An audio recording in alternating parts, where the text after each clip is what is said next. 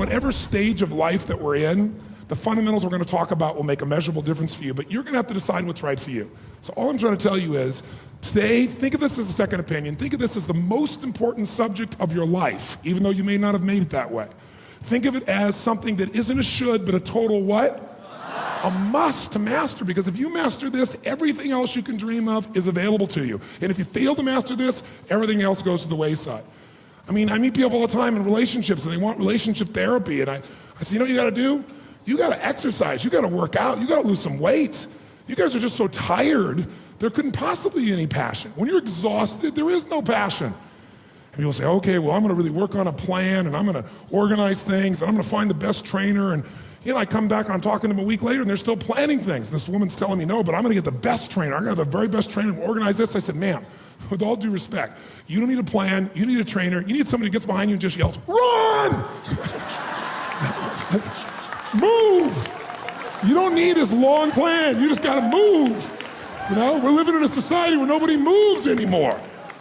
What do we like today? How do people get injured today? They don't get injured smashing into people, playing football and anything else. They get injured typing, right? You know, picking up a pencil.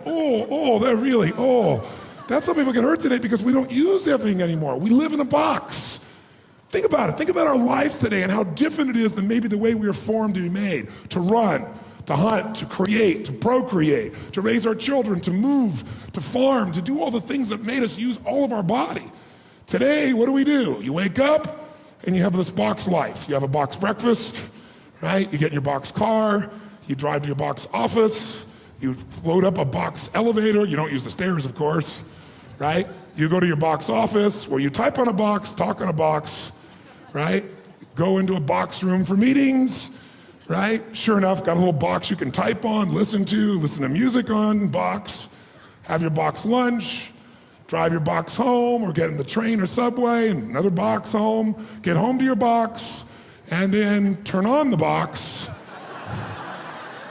type on a box, message on a box, and maybe go get a cylinder to change your state, right? You know, maybe. And most people's idea of exercise in our society today is fill the tub, pull the plug, and fight the current. You know, it's like, that's the world we live in today.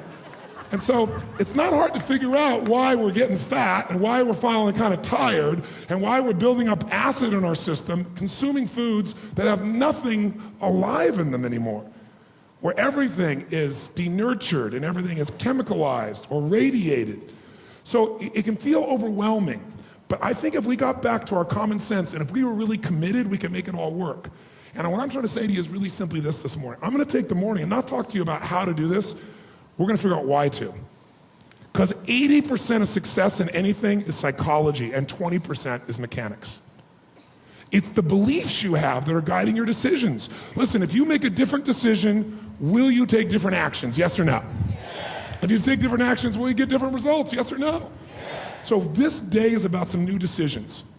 Some decisions about what you're gonna believe about health and energy, how important it's gonna be from you from now on. What's gonna be a must for you versus a should for you. And it's not gonna be a day about giving everything up. So those of you who stop breathing while I'm talking about that, I'll give you a little clue. Now, if you'd met me when I was 25, that's what everything was. Everything was give everything up, right? Because I was a masochist, I was extreme. But thank God I met my wife, Sage, right?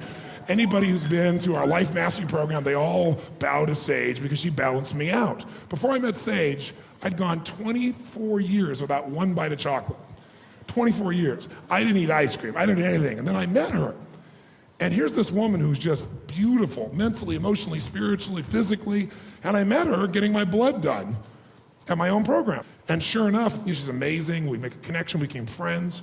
Long story short though, in doing the blood with her, when I finally started to date her, I thought, this woman, she's into wheatgrass.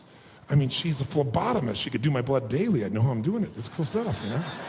You know, that's really cool. She's an acupuncturist, right? So she can do acupuncture. I'm like, wow, you know? And frankly, I have, a certain amount of pride in my understanding of vitality and health and my ability to execute in that area.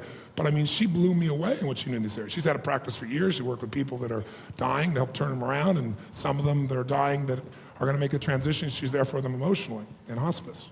So she's an unbelievable woman. So we go out on a date, And we're talking everything else. And at the end of the day, I'm thinking wheatgrass, we're gonna have greens. I mean, she's gonna be the easiest lifestyle in the world. I mean, being around her will be so easy. And she orders a hot fudge sundae. I was like,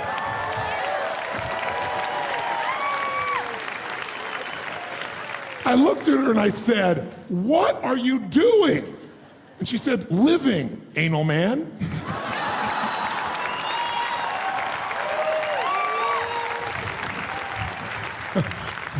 And I said, are you crazy or insane? She goes, everything's in balance. You don't have to be so extreme every single moment of your life. She goes, here's my theory. It's called zig and zag. She goes, I zigged. I live this stuff 90% of the time, but I give myself the chance 10% of the time to play and enjoy. I was like, ooh, I didn't like that at all. Playing and enjoying, right? Food should not be entertainment. Because, you know, it took an unbelievable amount of discipline to create the changes and momentum in the other areas of my life, and I applied it here too. But fortunately, I've matured a little bit, and now I have ice cream every now and then, and I have just about everything every now and then because I want to be with my wife. And it's actually put a balance in my life. There's actually a relaxation, there's an enjoyment. When I'm doing things that are healthy, I enjoy being healthy because it doesn't feel like I haven't do this, it's because I'm choosing to. And I know I always have the freedom to choose something else. But I choose the vast majority of the time those things that give me more energy, because once you feel this kind of vitality in your body, you never want to go back.